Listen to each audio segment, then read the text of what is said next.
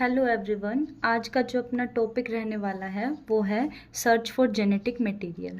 Genetic material आज के time पर हमें पता है ज़्यादातर ऑर्गेनिज्म के अंदर डीएनए या जेनेटिक मटेरियल मिलता है। ज़्यादातर के अंदर मतलब कुछ एक के अंदर आरएनए भी मिलता है। ये चीज़ हमने अपनी पिछली क्लासेस में देख ली है। अभी आज के टाइम पे हमें पता है कि डीएनए जेनेटिक मटेरियल है ना। पहले नहीं पता था कि डीएनए जेनेटिक मटेरियल है, RNA genetic material protein genetic material है या कुछ और है जो जेनेटिक मटेरियल है ना। तो एक्सपेरिमेंट्स परफॉर्म किए गए इसी चीज़ को फाइंड आउट करने के लिए, सर्च करने के लिए कि जेनेटिक मटेरियल कौन है। सबसे पहली बात, जेनेटिक मटेरियल का एक फीचर होता है, एक कैरेक्टरिस्टिक फीचर होता है क्या, कि वो पेरेंट्स टू ऑफस्प्रिंग ट्रांसफ़र होता है। वो कहाँ से कहाँ, पेरेंट से ऑफस्प्रिंग में क्या होता है, वो ट्रांसफ़र होता है। Genetic material parents to offspring में ट्रांसफ़र होता है। अभी हमें देखना है, आज के टाइम पे पता है कि वो डीएनए है जो पेरेंट से बच्चे में जाएगा। क्या है वो? डीएनए है जो पेरेंट से बच्चे में जाएगा। पहले ये बात पता नहीं थी, तो पता करने के लिए अलग अलग एक्सपेरिमेंट्स परफॉर्म किए गए। क्या परफॉर्म किए गए? अलग अलग एक्सपेरिमेंट्स परफॉर्म किए गए। हम अपना पहला एक्सपेरिमेंट पढ़ने जा रहे हैं जिसका नाम है ट्रांसफॉर्मिंग प्रिंसिपल। क्या नाम है? Transforming principle. ये पहला ऐसा एक्सपेरिमेंट था जिसने ट्राई किया क्या पता करने की कि जेनेटिक मटेरियल क्या है ना। तो जो ट्रांसफॉर्मिंग प्रिंसिपल है उसको परफॉर्म करने वाले साइंटिस्ट का नाम था ग्रिफ्थ। क्या नाम था? ग्रिफ्थ नाम था उन साइंटिस्ट का। जो ग्रिफ्थ था उन्होंने अपने एक्सपेरिमेंट के लिए एक बैक्टीरिया लिया। ग्रिफ्थ ने अपने एक्सपेरिमेंट के लिए क्या लिया? बैक्टीरिया लिया, और उस बैक्टीरिया का नाम था स्ट्रिप्टोकोकस निमोनिए। बैक्टीरिया का नाम क्या है? स्ट्रिप्टोकोकस निमोनिए। बैक्टीरिया का नाम क्या है? स्ट्रिप्टोकोकस निमोनिए। ये जो स्ट्रिप्टोकोकस निमोनिए नाम का बैक्टीरिया होता है, ये बैक्टीरिया 2 स्ट्रेन्स में एग्जिस्ट करता है। कि कितनी स्ट्रेन होती है इसकी? 2 स्ट्रेन्स में एग्जिस्ट करता है। एक स्ट्रेन को बोलते हैं स्मूथ स्ट्रेन, एक स्ट्रेन को क्या बोलते हैं? स्मूथ स्ट्रेन, और एक स्ट्रेन को बोलते हैं रफ स्ट्रेन। एक को स्मूथ स्ट्रेन और एक को रफ स्ट्रेन। स्मूथ स्ट्रेन को S3 से उन्होंने रिप्रेजेंट किया और रफ स्ट्रेन को उन्होंने R2 से रिप्रेजेंट किया। स्मूथ स्ट्रेन का दूसरा नाम है S3 स्ट्रेन, और इसी का तीसरा नाम है कैप्सुलेटेड स्ट्रेन। इसी का तीसरा नाम क्या होता है? Capsulated strain. और जो रफ स्ट्रेन है इसका दूसरा नाम होता है नॉन कैप्सुलेटेड स्ट्रेन। क्या नाम होता है? Non capsulated strain. क्या है इनका मतलब? क्या है कैप्सुलेटेड स्ट्रेन, क्या है नॉन कैप्सुलेटेड स्ट्रेन? देखिए, हमने +2 में पढ़ा है एक बैक्टीरिया के स्ट्रक्चर की अगर बात की जाए तो एक जो बैक्टीरिया का स्ट्रक्चर होता है, एक जो बैक्टीरिया की सेल होती है उसमें 3 लेयर्स होती हैं। कितनी लेयर होती हैं? 3 लेयर होती हैं। सबसे बाहर वाली लेयर को ग्लाइकोकैलिक्स कहते हैं। सबसे बाहर वाली लेयर को क्या कहते हैं? ग्लाइकोकैलिक्स कहते हैं। उससे अंदर वाली लेयर को सेल वॉल कहते हैं, एंड सबसे अंदर वाली लेयर को प्लाज्मा मेम्ब्रेन कहते हैं। ऐसे बैक्टीरिया जिनके अंदर ग्लाइकोकैलिक्स मिलती है, ऐसा जरूरी नहीं है कि हर बैक्टीरिया में ग्लाइकोकैलिक्स मिले ही, है ना। तो जो अगर ग्लाइकोकैलिक्स मिल रही है तो ग्लाइकोकैलिक्स 2 फॉर्म्स में एग्जिस्ट कर सकती है। हो सकता है ये ग्लाइकोकैलिक्स हार्ड हो सकता है ये ग्लाइकोकैलिक्स क्या हो? हार्ड हो, बहुत ही ये ज़्यादा टफ हो। अगर ग्लाइकोकैलिक्स बहुत हार्ड हो तो उसे हम कैप्सूल का नाम दे देंगे। है ग्लाइकोकैलिक्स ही, लेकिन क्या बोलेंगे? अगर वो हार्ड हो गई तो कैप्सूल बोलेंगे। अगर वही ग्लाइकोकैलिक्स जो है लूज हुई, ढीली ढाली सी हुई, तो उसे हम स्लाइम लेयर बोलेंगे। क्या बोलेंगे? स्लाइम लेयर बोलेंगे। तो जो स्मूथ स्ट्रेन वाला बैक्टीरिया होता है ये कैप्सुलेटेड होता है। इट मीन्स इसके पास कैप्सूल होता है। इसके पास क्या होता है? कैप्सूल होता है। अगर हम बना के देखना चाहें तो सपोज ये बैक्टीरिया की प्लाज्मा मेम्ब्रेन के बाहर क्या मिलेगा? सेल वॉल, और सेल वॉल के बाहर क्या मिलेगा? कैप्सूल। सेल वॉल के बाहर क्या मिलेगा अपन को? सेल वॉल के बाहर मिलेगा कैप्सूल। याद रखना, ये जो कैप्सूल है ये एक स्लाइमी सी मतलब म्यूकस की लेयर है ना, चिपचिपी सी म्यूकस की लेयर की जो है अपने बाहर सिक्रीशन कर देता है। ये क्या है? ये म्यूकस की लेयर है। क्या है ये? म्यूकस की लेयर है। ऐसे यहाँ पूरे साइड पे क्या मिलेगी, म्यूकस की लेयर होती है। ये जो म्यूकस की लेयर होती है, ये जो म्यूकस की लेयर होती है, ये जो म्यूकस की लेयर होती है, ये म्यूकस की लेयर बैक्टीरिया की कॉलोनीज को स्मूथ बनाती है, मतलब इस बैक्टीरिया के सरफेस को स्मूथ बनाती है। और बस इसी रीज़न की वजह से जो स्मूथ स्ट्रेन है वो नाम पड़ गया। क्यों? क्योंकि इसके पास कैप्सूल है और ये कैप्सूल क्या बनाएगा, म्यूकस की लेयर बनाएगा। म्यूकस की लेयर की वजह से बैक्टीरिया कैसा दिखेगा, स्मूथ दिखेगा। तो नाम क्या रख दिया स्ट्रेप्टोकोकस निमोनिया की एक स्ट्रेन का, स्मूथ स्ट्रेन रख दिया।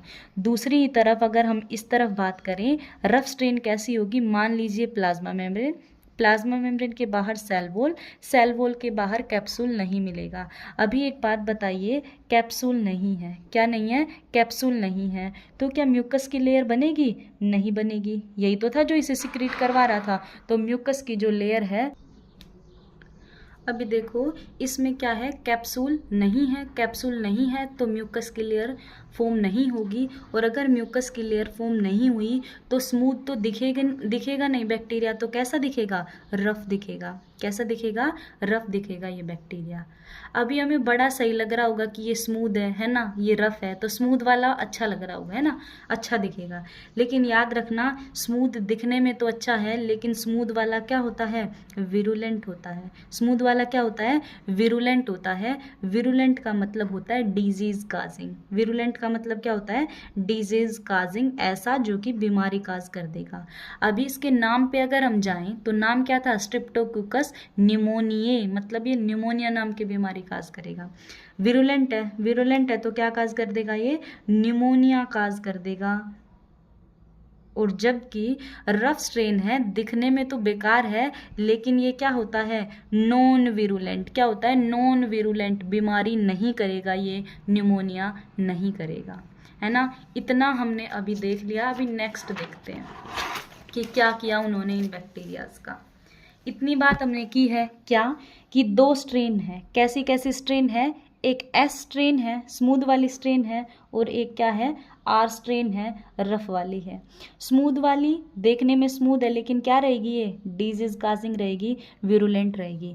कौन सी बीमारी काज करेगी, ये न्यूमोनिया काज करेगी। क्या काज करेगी, न्यूमोनिया काज करेगी। जबकि आर स्ट्रेन क्या होती है, आर स्ट्रेन होती है नॉन विरुलेंट। क्या होती है, non virulent. It means do not cause pneumonia, ये निमोनिया काज नहीं करेगी। Do not cause pneumonia, pneumonia cause नहीं करेगी। अभी साइंटिस्ट ने ये दोनों ले लिए और इनका यूज करके वो क्या प्रूव कर देंगे, देखना भी आप। ये डीएनए मतलब जो जेनेटिक मटेरियल है उसकी सर्च के लिए एक्सपेरिमेंट चल रहा है ना। तो उन्होंने क्या किया, देखो फिर उन्होंने क्या लिया, माइस लिया। सपोज ये क्या है अपना, माइस। क्या है, माइस अपना ये चूहा है सपोज। उन्होंने क्या किया, एस स्ट्रेन, क्या किया, एस स्ट्रेन, स्मूथ वाली स्ट्रेन को माइस के अंदर इंजेक्ट करवाया, माइस के अंदर डाल दिया, किसको, स्मूथ वाली स्ट्रेन को। अभी आप बताओ, स्मूथ वाली स्ट्रेन है तो वो निमोनिया करती है, स्मूथ वाली स्ट्रेन क्या करती है, निमोनिया करती है। तो स्मूथ वाली स्ट्रेन जैसे ही माइस के अंदर जाएगी, माइस को क्या हो जाएगा, माइस को निमोनिया हो जाएगा, माइस को क्या हो जाएगा, निमोनिया हो जाएगा। और निमोनिया होने की वजह से वो निमोनिया माइस की जान ले लेगा, जो माइस है उसकी डेथ काज कर देगा। ठीक है। नेक्स्ट फिर उन्होंने आर स्ट्रेन लिया, फिर उन्होंने क्या लिया, आर स्ट्रेन लिया। इस बार उन्होंने क्या किया, एक और माइस लिया और उस माइस के अंदर किसको डाला, किसको इंजेक्ट किया, आर स्ट्रेन को इंजेक्ट किया। बताइए आर स्ट्रेन क्या विरुलेंट था, नहीं था, तो क्या निमोनिया करेगा, नहीं करेगा। तो हम कहेंगे R strain do not cause pneumonia, R strain जो है निमोनिया काज नहीं करेगा। और अगर आर स्ट्रेन निमोनिया काज नहीं करेगा तो जो माइस है अपना वो क्या रहेगा, लाइव रहेगा, अलाइव रहेगा, जिंदा रहेगा। फिर उन्होंने एक और माइस लिया, फिर उन्होंने एक और माइस लिया। इस बार उन्होंने क्या किया, एस स्ट्रेन लिया। क्या लिया, एस स्ट्रेन लिया, लेकिन एस स्ट्रेन वाले इस बैक्टीरिया को क्या कर दिया, हीट किल्ड कर दिया। क्या कर दिया, हीट किल्ड कर दिया। हीट देके माइस को, हीट देके एस स्ट्रेन को मतलब इस बैक्टीरिया को क्या कर दिया, किल कर दिया। और मरे हुए एस्ट्रेन को किस में डाला, माइस में डाला। एक बात सोचिए, जब एस्ट्रेन खुद ही मरा पड़ा है तो क्या वो निमोनिया काज कर पाएगा, बिल्कुल नहीं कर पाएगा। Do not cause pneumonia. है एस्ट्रेन ही लेकिन कैसी, हीट किल, तो निमोनिया नहीं काज कर पाएगा। जब निमोनिया नहीं होगा तो माइस सरवाइव करेगा, माइस क्या करेगा, सरवाइव करेगा। फिर उन्होंने एक और माइस लिया, लास्ट में उन्होंने एक और माइस लिया। इस बार उन्होंने क्या किया, एक तो एस्ट्रेन, ध्यान से सुनिएगा, एक तो एस्ट्रेन। एस्ट्रेन कैसा है, हीट किल्ड है। एस्ट्रेन कैसा है, हीट किल्ड है ना। प्लस में साथ में आर स्ट्रेन, साथ में क्या, आर स्ट्रेन। लेकिन जो आर स्ट्रेन है वो क्या है, अलाइव है, जिंदा है। एस्ट्रेन मरा हुआ है, आर स्ट्रेन अलाइव है। दोनों को एक साथ माइस में डाला, दोनों को एक साथ किस में डाला, माइस में डाला। हमें क्या लगेगा, हमें लग रहा होगा कि एस्ट्रेन देखो हीट किल डाला था तो माइस जिंदा था, आर स्ट्रेन जब हमने लाइव डाला था, जिंदा डाला था, तब भी माउस जिंदा था। तो दोनों ही केस में हमें लगेगा कि अब इस माइस को निमोनिया नहीं होगा और माइस सरवाइव कर जाएगा। और माइस क्या कर जाएगा, सरवाइव कर जाएगा। लेकिन माइस जो है डाई कर गया, माइस जो है उसकी डेथ हो गई। इसी चीज को देखते हुए ग्रिफ्थ नाम के साइंटिस्ट ने एक कंक्लूजन निकाला कि जरूर ये एस्ट्रेन वाला बैक्टीरिया, ध्यान से सुनना, जरूर ये एस्ट्रेन हीट किल्ड है। ठीक है, मान लिया हमने हीट किल्ड है, ठीक है। हीट किल्ड वाले एस्ट्रेन ने जरूर, एकदम पक्की बात है, इस आर स्ट्रेन वाले बैक्टीरिया के अंदर कुछ ना कुछ ट्रांसफॉर्म किया है, कुछ ना कुछ डाला है, कुछ ना कुछ बदलाव किया है ना। कुछ एस्ट्रेन वाले की बॉडी से कुछ तो ऐसा है जो आर स्ट्रेन में चला गया, और आर स्ट्रेन में वो जाने की वजह से आर स्ट्रेन किस में बदल गया, आर स्ट्रेन बदल गया एस्ट्रेन में। आर स्ट्रेन किस में बदल गया, एस्ट्रेन में। और जब आर स्ट्रेन एस्ट्रेन में बदलेगा तो एस्ट्रेन तो क्या करता है, एस्ट्रेन तो करता है निमोनिया काज। और जब निमोनिया काज हुआ तो माइस क्या कर गया, माइस की डेथ हो गई। ये कंक्लूजन उन्हें निकाला। उन्होंने कहा कि कुछ तो है जो इस एस्ट्रेन से आर स्ट्रेन में जा रहा है और उसके आने की वजह से आर स्ट्रेन एस्ट्रेन में बदल रहा है। फिर ये आर स्ट्रेन माइस को किल करवा रहा है निमोनिया काज करके। मतलब कुछ ट्रांसफर हो रहा है ना, ट्रांसफॉर्मिंग प्रिंसिपल, कुछ ना कुछ ट्रांसफर हुआ है ना। तो इतनी बात पता चल गई कि कुछ ना कुछ ट्रांसफर जरूर हुआ है। और उन्होंने कहा कि ये जो चीज़ ट्रांसफर हो रही है ना, ये जेनेटिक मटेरियल है। जो चीज़ ट्रांसफर हो रही है वो क्या है, ये जेनेटिक मटेरियल है जो ट्रांसफर हो रही है। लेकिन अभी भी ये नहीं बता पाए कि ये जेनेटिक मटेरियल है, इसका बायोकेमिकल नेचर कैसा होगा। जैसे आज हमें पता है डीएनए का नेचर कैसा है, एसिडिक है। अच्छा, डीएनए का नेचर एसिडिक है, नेगेटिवली चार्ज्ड है। ये कुछ भी नहीं बताया उन्होंने सिर्फ इतना कहा कि कुछ चीज़ मतलब क्या, जेनेटिक मटेरियल एस स्ट्रेन से आर स्ट्रेन में जा रहा है। क्या नहीं बता पाए वो, बायोकेमिकल नेचर नहीं बता पाए। बता दिया जेनेटिक मटेरियल ट्रांसफर हो रहा है, लेकिन जेनेटिक जो मटेरियल है उसका बायोकेमिकल नेचर वो नहीं बता पाए। जेनेटिक मटेरियल का बायोकेमिकल नेचर वो नहीं बता पाए। ये बता दिया कि जेनेटिक मटेरियल है जो ट्रांसफ़र हो रहा है एस स्ट्रेन से आर में, लेकिन उसका बायोकेमिकल नेचर वो नहीं बता पाए, है ना। तो अभी नेक्स्ट एक्सपेरिमेंट परफॉर्म किया गया इस बायोकेमिकल नेचर को पता करने के लिए। तो अगली जो चीज़ है जो हमें पढ़नी है वो क्या है, बायोकेमिकल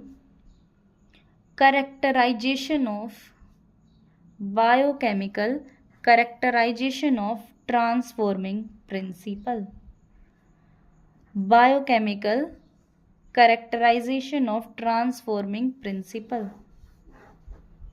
देखो, 3 साइंटिस्ट आए इस बायोकेमिकल नेचर को बताने के लिए। 3 साइंटिस्ट आए, नाम एवेरी, मैक्लोइड और मैकार्टी। एवेरी, मैक्लोइड और मैकार्टी, ये 3 साइंटिस्ट आए। इन्होंने क्या बताया, बायोकेमिकल कैरेक्टराइजेशन के लिए एक्सपेरिमेंट्स परफॉर्म किए।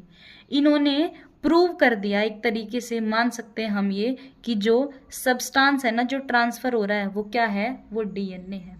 वहां पे सिर्फ क्या बोला था, जेनेटिक मटेरियल, ये नहीं बताया डीएनए है, आरएनए है, प्रोटीन है। उन्होंने बता दिया, ये एक हद तक प्रूव कर दिया कि ये क्या है, डीएनए है जो ट्रांसफर हुआ है एस स्ट्रेन से आर स्ट्रेन में। कैसे किया देखो जरा। उससे पहले एक चीज हमें जाननी है, क्या 3 एंजाइम्स के नाम जानने हमें, आरएनएज, डीएनएज, प्रोटीएज। इन तीनों के बारे में इन्हीं साइंटिस्ट ने बताया था, है ना। इन्होंने कहा आरएनएज नाम का एंजाइम जो है ना वो आरएनए को डिग्रेड कर देगा। वो क्या कर देगा, आरएनए को डिग्रेड कर देगा, उसके टुकड़े टुकड़े कर देगा, उसको ब्रेक कर देगा। अगर डीएनएज डाला तो वो किसको तोड़ देगा, डीएनए को तोड़ देगा, डीएनए को डिग्रेड कर देगा, डीएनए को ब्रेक कर देगा। और उन्होंने कहा प्रोटीएज क्या है, प्रोटीएज वो है जो प्रोटीन को तोड़ दे। प्रोटीएज कौन है, जो प्रोटीन को तोड़ दे, प्रोटीन को डिग्रेड कर दे, प्रोटीन को ब्रेक कर दे। जो एज जो टर्म है ना वो ब्रेक डाउन से रिलेटेड है। एज जो वर्ड लगा हुआ है ना इसका मतलब ब्रेक कर देगा, किसी चीज को तोड़ देगा।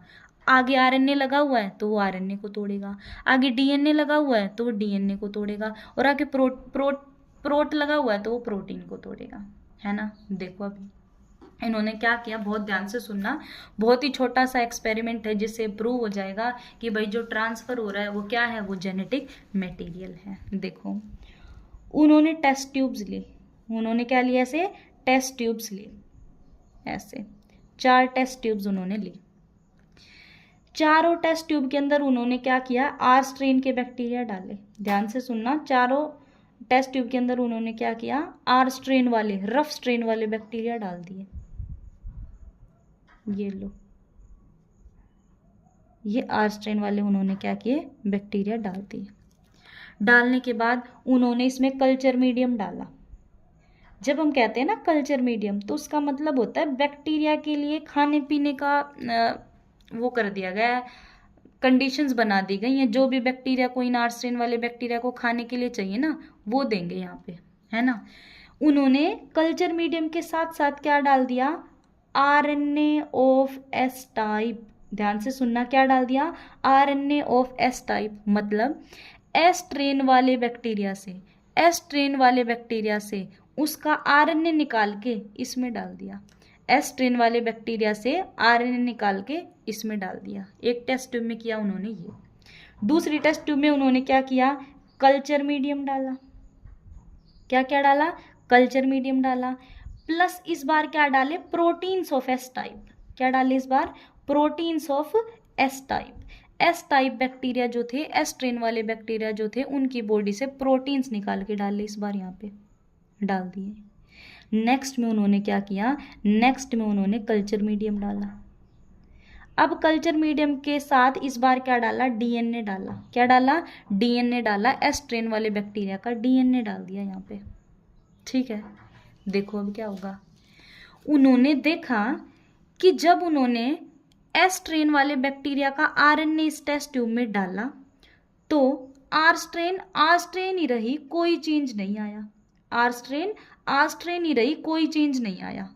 उन्होंने कहा कि अगर आरएनए एस स्ट्रेन का आरएनए आर स्ट्रेन के अंदर जाने से आर स्ट्रेन एस में बदलता तो अब बदल जाता, हमें चेंज दिखता।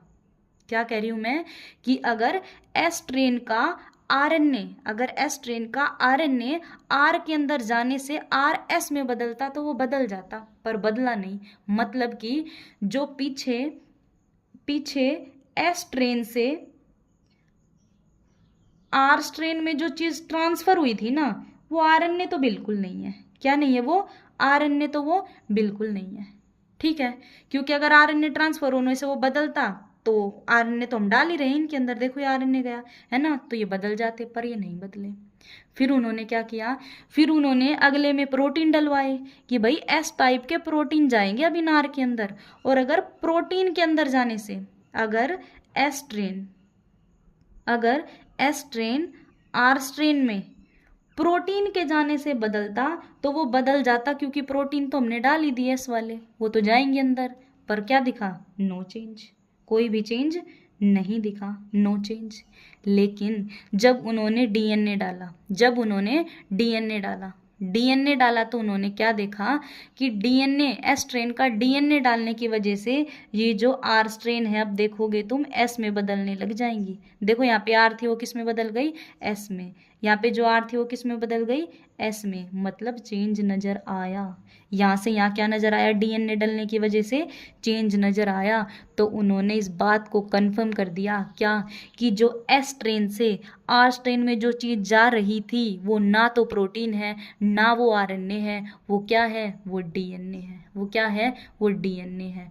तो ये जो एक्सपेरिमेंट है biochemical characterisation of transforming principle की हेल्प से एवरी, मैक्लोइड और मैकार्टी ने इस चीज़ को प्रूव कर दिया। ठीक है, यही था। उसके बाद अगली क्लास में हम अपना नेक्स्ट टॉपिक पढ़ेंगे।